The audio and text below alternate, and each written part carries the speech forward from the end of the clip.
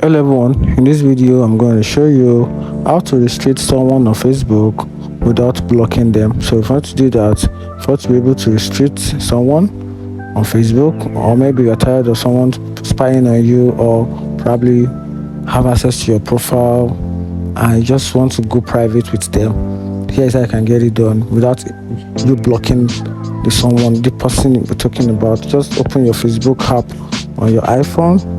Once you open it, then you tap on your menu. Tap on the menu here. Tap on it. Once you tap on it, then you tap on this option, which is friends. So from here, then tap on your friends. From here, you're gonna have the list of the friends you have. So I'm just gonna tap on this particular friend. I'm gonna tap on it, which is Charles.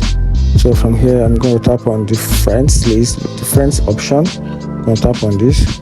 Then from here, I can easily edit the friend list.